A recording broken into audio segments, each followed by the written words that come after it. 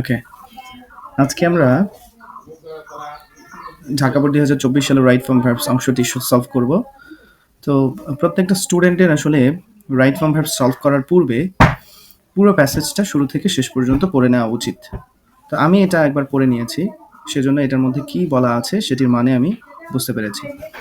এরপরে একটা স্টুডেন্টের প্যাসেজটি পড়ার সময় বোঝা উচিত যে এই প্যাসেজে কোন টেন্স আছে। এটা কি প্রেজেন্ট ইনডিফিনিট টেন্সে আছে নাকি পাস্ট ইনডিফিনিট টেন্সে আছে। মানে মূলত প্যাসেজটা প্রেজেন্ট ইনডিফিনিটেও থাকতে পারে, পাস্ট ইনডিফিনিটেও থাকতে পারে। তো এই প্যাসেজটা পাস্ট ইনডিফিনিট টেন্সে আছে, এটি আমি এই যে ওয়াজ দেখে বুঝতে পারছি। ঠিক আছে, এরপরে এই প্যাসেজটা যে পাস্ট ইনডিফিনিট টেন্সে আছে এটা বোঝার জন্য আরো কয়েকটা জায়গা আমরা দেখতে পারি। এই যে টার্নড মানে ঘুরে যাওয়া, শাউটেড চিৎকার করেছিল, এগুলো এগুলো পাস্ট ইনডিফিনিট টেন্স। এই যে আস্কড ভি2 তে আছে। ঠিক আছে, এরপরে দেখতে হবে বাক্যে কোনো সময় নির্দেশক শব্দ আছে কিনা সেটা দেখতে হবে। যদি সময় নির্দেশক শব্দ আছে থাকে তাহলে সেই টেন্স অনুযায়ী আমরা সেগুলোকে সলভ করব। এরপরে দেখতে হবে প্রেপোজিশনের পরে কোনো গ্যাপ আছে কিনা। এগুলো যদি দেখতে পাই তাহলে মানে প্রেপোজিশনের পরে যদি গ্যাপ থাকে তাহলে সেখানে আমরা নিয়ম অনুযায়ী সলভ করব। এরপরে অক্সিলিয়ারি ভার্বের পরে গ্যাপ আছে কিনা সেটা দেখতে হবে। এরপরে দেখতে হবে যে বাক্যে কোনো কনজাংশন আছে কিনা। আরেকটা বিষয় সেটা হচ্ছে যে একই বাক্যে দুটো ভার্ব আছে কিনা। এই যে এখানে একটা ভার্ব, তারপরে আরেকটা ভার্ব, এরকম প্যাটার্নে আছে কিনা। অথবা একটা বাক্য এরকম যে একটা ভার্ব লেখার পরে তারপরে কিছুক্ষণ পরে আবার আরেকটা ভার্ব আছে। মানে একই বাক্যে দুটো ভার্ব থাকা মানে হচ্ছে একটা ফাইনাইট ভার্ব আর একটা হচ্ছে নন ফাইনাইট ভার্ব। তো আমাদের দেখতে হবে নন ফাইনাইট ভার্বে গ্যাপ আছে কিনা। নন ফাইনাইট ভার্বে গ্যাপ থাকলে আমরা সেটা অন্যভাবে চেঞ্জ করব। এরপরে বাক্যে যে সাবজেক্টটা থাকে সেই সাবজেক্টটা মূলত ভার্বের কাজ করতে পারছে কিনা সেটিও দেখতে হবে। এখানে প্যাসিভ ভয়েসের একটা নিয়ম আসে, পরীক্ষায় প্রচুর পরিমাণে আসে প্যাসিভ ভয়েসের নিয়ম। ঠিক আছে, যে সাবজেক্টটা ভার্বের কাজ না করলে আমরা অক্সিলারি ভার্বের পরে ভি3 নিয়ে থাকি। ঠিক আছে, এই আর কি। এরপরে আমরা এখানে একটু দেখার চেষ্টা করি যে এটা একটু সলভ করার চেষ্টা করি। আমরা ধরে নিয়েছি এই প্যাসেজটা পাস্ট ইনডিফিনিট টেন্সে আছে, তাই এই প্যাসেজে আমরা মোটামুটি ভার্বটাকে আমরা ভি2 তে বানানোর চেষ্টা করব। মানে ওই যে শূন্যস্থানের যে ভার্বটা আছে সেটাকে আমরা ভি2 তে বানানোর চেষ্টা করব। তো দেখি, once upon a time there be a king. সেখানে একজন রাজা ছিল who was very fond of know his future, যে কিনা খুবই ইচ্ছুক ছিল তার ফিউচার জানার ব্যাপারে, ফ্রম দ্য অ্যাস্ট্রোলজার্স, জ্যোতিষী বিজ্ঞানীদের কাছ থেকে। এইখানে আমরা দেখতে পাচ্ছি হু হচ্ছে একটা কনজাংশন। তো আমি বলেছিলাম যে বাক্যে যদি কনজাংশন থাকে তাহলে সেই অনুযায়ী চেঞ্জ করতে হয়। তো যদি কখনো বাক্যে কোনো কনজাংশন পাওয়া যায় তাহলে দুই পাশে সমান সমান টেন্স করে নিতে হয়। তা আমরা কনজাংশনের পূর্বের অংশে দেখতে পাচ্ছি ফাঁকা আছে, কিন্তু পরের অংশে কিন্তু টেন্সটা আমরা বুঝতে পারছি যে এটা ওয়াজ আছে, তার মানে পাস্ট ইনডিফিনিট টেন্স। তো পূর্বেও আমরা পাস্ট ইনডিফিনিট টেন্স করে নিয়ে এটিকে প্যারালেল করে নেব, অর্থাৎ কনজাংশন থাকলে দুই পাশে সমান সমান টেন্স। ঠিক আছে, তো এইখানে যদি আমরা পাস্ট ইনডিফিনিট টেন্স করি তাহলে বি এর পাস্ট ফর্ম হচ্ছে ওয়াজ এবং ওয়ার, কিন্তু এখানে কিং যেহেতু একজন তাই আমরা এখানে ওয়াজ ইউজ করব। ঠিক আছে, once upon a time there was a king who was very fond of. এই যে আমি আরেকটা বলেছিলাম যে প্রেপোজিশনের পরে ফাঁকা আছে কিনা। এখানে একটা নিয়ম আছে যে পৃথিবীর যত প্রেপোজিশন আছে তারপরে যে ভার্বটা থাকে সেই ভার্বের সাথে মূলত আইএনজি যুক্ত করতে হয়। তো এখানে একটা মাত্র ভার্ব আছে যেটা হলো টু। টু এর পরে আমরা ভি1 নেই। ঠিক আছে, তবে কিছু কিছু টু আছে যেগুলোর পরে ভি1 হয় না, বরঞ্চ ভার্বের সাথে আইএনজি হয়। যেমন টুগুলো যদি আমি লেখার চেষ্টা করি সেগুলো হচ্ছে with a view to, look forward to, get used to, be used to, accustomed to. ঠিক আছে, এরকম আর কি। তো এখানে with a view to, look forward to, মূলত এই দুইটা পরীক্ষায় বেশি আসে। এছাড়াও কন্ট্রিবিউট টু আসে,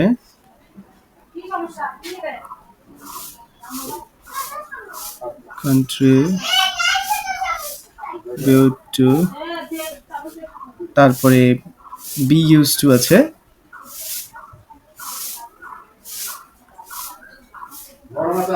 বি ইউজ টু, এগুলি বেশি ইউজ হয়। এই ধরনের টু থাকলে আমরা সেই টু এর পরে ভার্বের সাথে আইএনজি নেব। কিন্তু এমনি স্বাভাবিক টু থাকলে আমরা ভি ওয়ান নেব, ঠিক আছে? আর যত প্রেপোজিশন আছে বাকি সব প্রেপোজিশনের পরে ভার্বের সাথে আইএনজি হবে। তাহলে এখানকার যে সঠিক অ্যান্সারটা হবে সেটা হচ্ছে নোয়িং, ঠিক আছে? তারপরে বলছে a famous astrologer stop at his capital, একজন বিখ্যাত অ্যাস্ট্রোলজার থামলেন অ্যাট হিজ ক্যাপিটাল, তার রাজধানীতে, অর্থাৎ ওই রাজার রাজধানীতে, on his way to home, যখন তিনি তার বাড়িতে যাচ্ছিলেন তখন।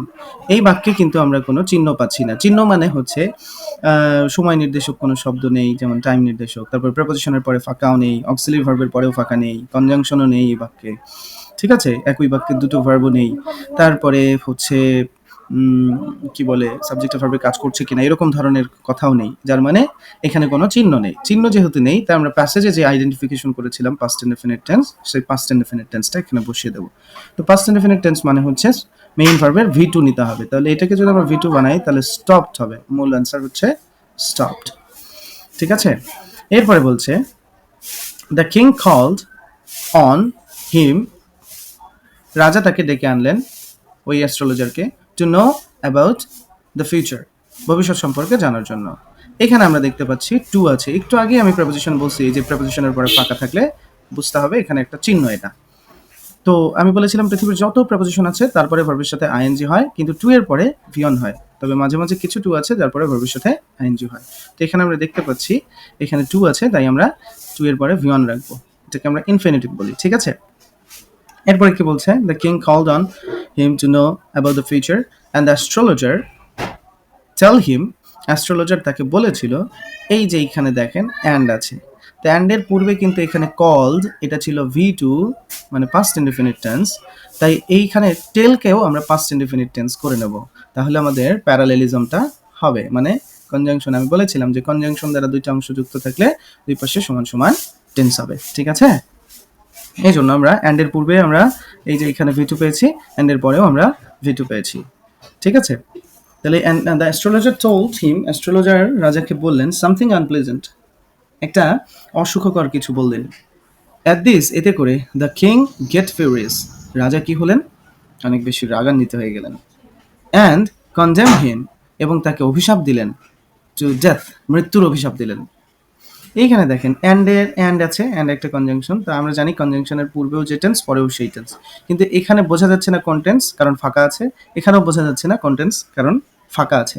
তাই আমরা যেহেতু বোঝা যাচ্ছে না, তাই আমরা আপাতত প্যাসেজের টেন্স যেটা ভি টু আইডেন্টিফাই করেছিলাম, এই যে শুরুতেই বলেছিলাম যে প্যাসেজের টেন্স আইডেন্টিফাই করবেন, সেটি আমরা বসিয়ে দেবো। তো প্যাসেজের টেন্সে আমরা পাস্ট ইনডিফিনিট টেন্স আইডেন্টিফাই করেছিলাম, যার কারণে আমরা এটাকে ভি টু বসিয়ে দিচ্ছি, এই পাশেও আমরা ভি টু বসিয়ে দিচ্ছি, কনডেমড ইডি যুক্ত করলেই হয়ে যাচ্ছে, ঠিক আছে?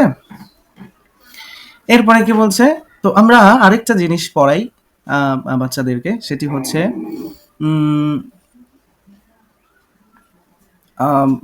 যখন ডাবল কোটেশনের মধ্যে কোনো বাক্য থাকে, যখন ডাবল কোটেশনের মধ্যে রাইট ফর্ম আর ভার্বসে স্পেশালি যখন ডাবল কোটেশনের মধ্যে কোনো বাক্য থাকে তখন সেই বাক্যটাকে মূলত প্রেজেন্ট ইনডিফিনিট টেন্স করে নিতে হয়। তো প্রেজেন্ট ইনডিফিনিট টেন্স মানে হচ্ছে ভার্বের এক নাম্বার, ঠিক আছে? তো আমরা প্রেজেন্ট ইনডিফিনিট টেন্স এটাকে করতে চাই। তো বলছে ম্যান লাইক ইউ, আপনার মতো মানুষ, live to spoil the peace of the world,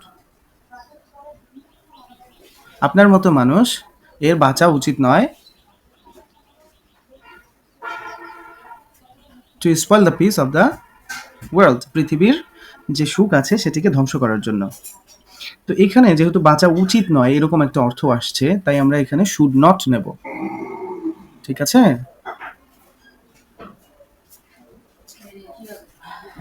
should not, should not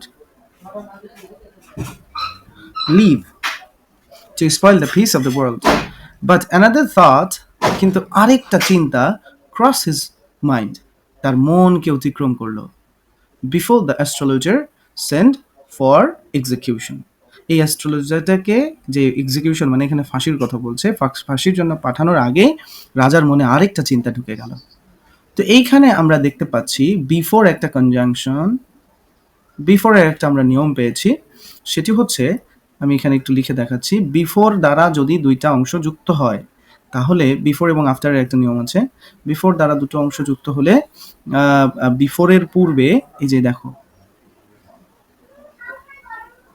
before দ্বারা যদি দুইটা অংশ যুক্ত হয় তাহলে বিফোরের পূর্বে আমরা পাস্ট পারফেক্ট টেন্স নেব, পাস্ট পারফেক্ট,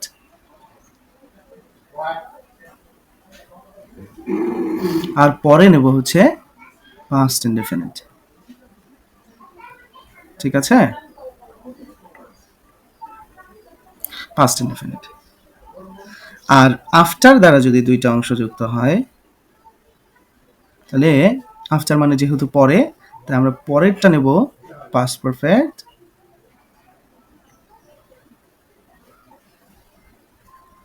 আর পূর্বেরটা নেব পাস্ট ইনডেফিনিট টেন্স। ঠিক আছে,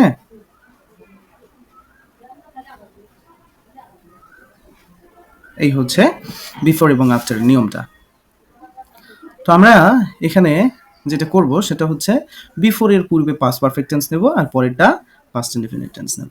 তো আমরা যদি বিফোরের পূর্বে পাস্ট পারফেক্ট নেই তাহলে পাস্ট পারফেক্ট মানে হচ্ছে হ্যাড প্লাস ভি3, তাহলে হ্যাড নেব এবং এটাকে ভি3 বানালে ক্রসড। ঠিক আছে, ইডি যুক্ত করে নেব। আর এটাকে আমরা পাস্ট ইনডেফিনিট টেন্সে করব। তবে এখানে কিন্তু প্যাসিভ হয়ে আছে, মানে প্যাসিভ মানে হচ্ছে সাবজেক্টটা মেইন ভার্বের কাজ করছে না। যখনই সাবজেক্টটা মেইন ভার্বের কাজ করবে না তখনই আমরা একটা অক্সিলারি ভার্বের পরে এখানে ভি3 নেব। যেমন দেখো, সেন্ট মানে পাঠানো, পাঠাইছে কে? মূলত পাঠাইছে হচ্ছে রাজা। কাকে পাঠাইছে? অ্যাস্ট্রোলজারকে ফাঁসির জন্য পাঠাইছে। তো এইখানে কিন্তু রাজা সাবজেক্টের জায়গায় নেই, সাবজেক্টের জায়গায় আছে কিন্তু অ্যাস্ট্রোলজার। আর অ্যাস্ট্রোলজার কিন্তু নিজেই নিজেকে ফাঁসিতে ঝুলানোর জন্য নিজেকে পাঠায় নাই। যেহেতু অ্যাস্ট্রোলজার নিজেই মানে পাঠায় নাই নিজেকে ফাঁসির জন্য, তাই বোঝাই যাচ্ছে সাবজেক্টটা এখানকার মেইন ভার্বের কাজ করছে না। যখনই সাবজেক্টটা মেইন ভার্বের কাজ করবে না তখনই কিন্তু অক্সিলারি ভার্বের পরে ভি3 নেবে। এখন এই অক্সিলারিটা হবে টেন্স অনুযায়ী, যেহেতু আমরা পূর্বে পাস্ট পারফেক্ট করেছি তাহলে বিফোরের পরে মূলত পাস্ট ইনডেফিনিট হওয়ার কথা, তাই আমরা এটাকে পাস্ট ইনডেফিনিট টেন্সের প্যাসিভ ভয়েস করব। পাস্ট ইনডেফিনিট টেন্সের জন্য আমরা অক্সিলারি ভার্ব হিসেবে ওয়াজ নেব, যেহেতু এখানে অ্যাস্ট্রোলজার একজন সেজন্য আমরা ওয়াজ নেব। আর এটাকে আমরা যদি ভি2 বানাই, ভি3 বানাই, অক্সিলারি ভার্বের পরে ভি3 নিতে হবে, তাহলে এখানে ডিটাকে আমরা টি বানিয়ে নেব, সেন্ট। ঠিক আছে, এরপরে দেখো এইখানে how long will you live ask the king, রাজা জিজ্ঞেস করলো তুমি কতদিন বাঁচবে।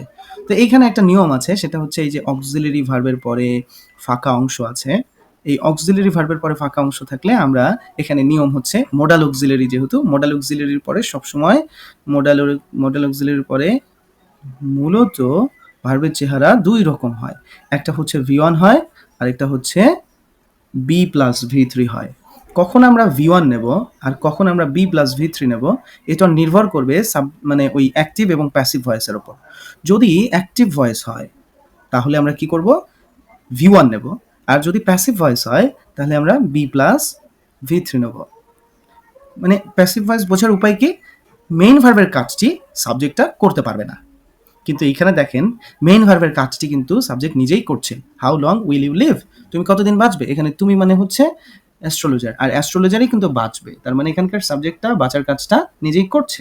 সেই জন্য আমরা বুঝতে পারছি যে এটা যেহেতু অ্যাক্টিভ ভয়েসে আছে তাই আমরা সরাসরি মোডাল অক্সিলারির পরে ভি1 নেব। ঠিক আছে, আর যদি প্যাসিভ ভয়েসে থাকতো তাহলে বি প্লাস ভি3 নেব। তো এইখানে উইলের পরে লিভ ওই রকমই থাকবে, মোডাল অক্সিলারির পরে ভি1 হবে। আচ্ছা, উইথ রেডি উইট, উপস্থিত বুদ্ধি দিয়ে, দ্য অ্যাস্ট্রোলজার সেড, অ্যাস্ট্রোলজার এবার বলল, দ্য স্টার্স ডিক্লেয়ার দ্যাট, তারাগুলো ঘোষণা করেছে যে, আই শ্যাল ডাই, আমি মরব, only a week before your majesty, আমি আমার যে তারাগুলো আমাকে বলেছে যে আমার যে ম্যাজেস্টি আছে অর্থাৎ আমার যে মহারাজা আছে তিনি মরার 1 সপ্তাহ আগে মরব আমি, এই কথা বলেছে। তো এখন এই যে এটাও কিন্তু ডাবল কোটেশনের মধ্যে আছে, তাই আমরা এটাকে কোনো কিছু না করে প্রেজেন্ট ইনডেফিনিট টেন্সের দিকেই যাব। আমি বলেছিলাম একটু আগেই যে ডাবল কোটেশনের মধ্যে যদি কোনো ভার্ব থাকে তাহলে সেটাকে ভি1 এ নেওয়াটাই বেশি উত্তম। ঠিক আছে, তো এইটাকে যদি আমরা ভি1 এ রাখি তাহলে প্রেজেন্ট ইনডেফিনিট টেন্স করলে কিন্তু মাঝে মাঝে সাবজেক্ট যদি থার্ড পারসন সিঙ্গুলার নাম্বার হয় তাহলে কিন্তু ভার্বের সাথে এস বাই এস যুক্ত হয়, কিন্তু এখানে আমরা থার্ড পারসন সিঙ্গুলার দেখছি না বরঞ্চ প্লুরাল দেখছি, স্টার যেহেতু অনেকগুলো তাই আমরা এখানে ভার্বের সাথে এস বাই এস যুক্ত করব না, ওটাকে ওভাবেই রেখে দেবো, তাহলে শুধু ডিক্লারই অ্যান্সার হবে। তো এরপরে বলছে যে তারকা আমাকে বলেছে, তারকারা আমাকে ঘোষণা করেছে যে আমার রাজার মৃত্যুর ১ সপ্তাহ আ আগেই মরবো আমি। So good bye. তাই মানে আপনাকে বিদায়।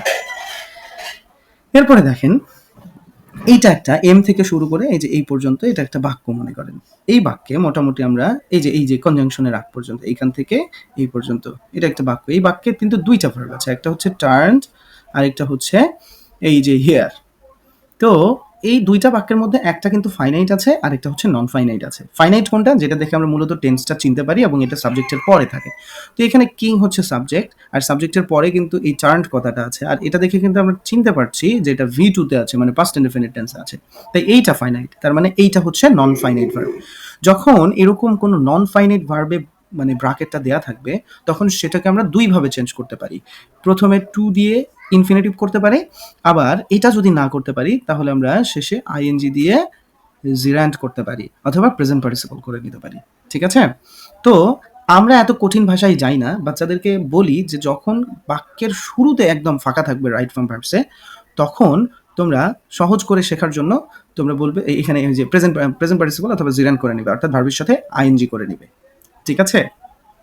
এটা হচ্ছে মানে সহজ ভাষায় যে বাক্যের শুরুতে ফাঁকা থাকলে ভার্বের সাথে আইএনজি করলেই হয়ে যাবে। তো যেহেতু এখানে বাক্যের শুরুতে ফাঁকা আছে তাই আমরা মানে ভার্বের সাথে আইএনজি নিয়ে নিচ্ছি। হিয়ারিং দিস এটি শুনে দ্য কিং টার্নড পেল রাজা হলুদ বর্ণের হয়ে গেল, মলিন হয়ে গেল। লাইক এ ডেড ম্যান ঠিক যেমনটা মৃত মানুষ হয় সেরকম মলিন হয়ে গেল। এন্ড শাউটেড এবং চিৎকার করে বলছে drive this wretch away. Wretch মানে হতভাগ্য। এই হতভাগ্য লোকটাকে নিয়ে যাও এখান থেকে। Let him come here again.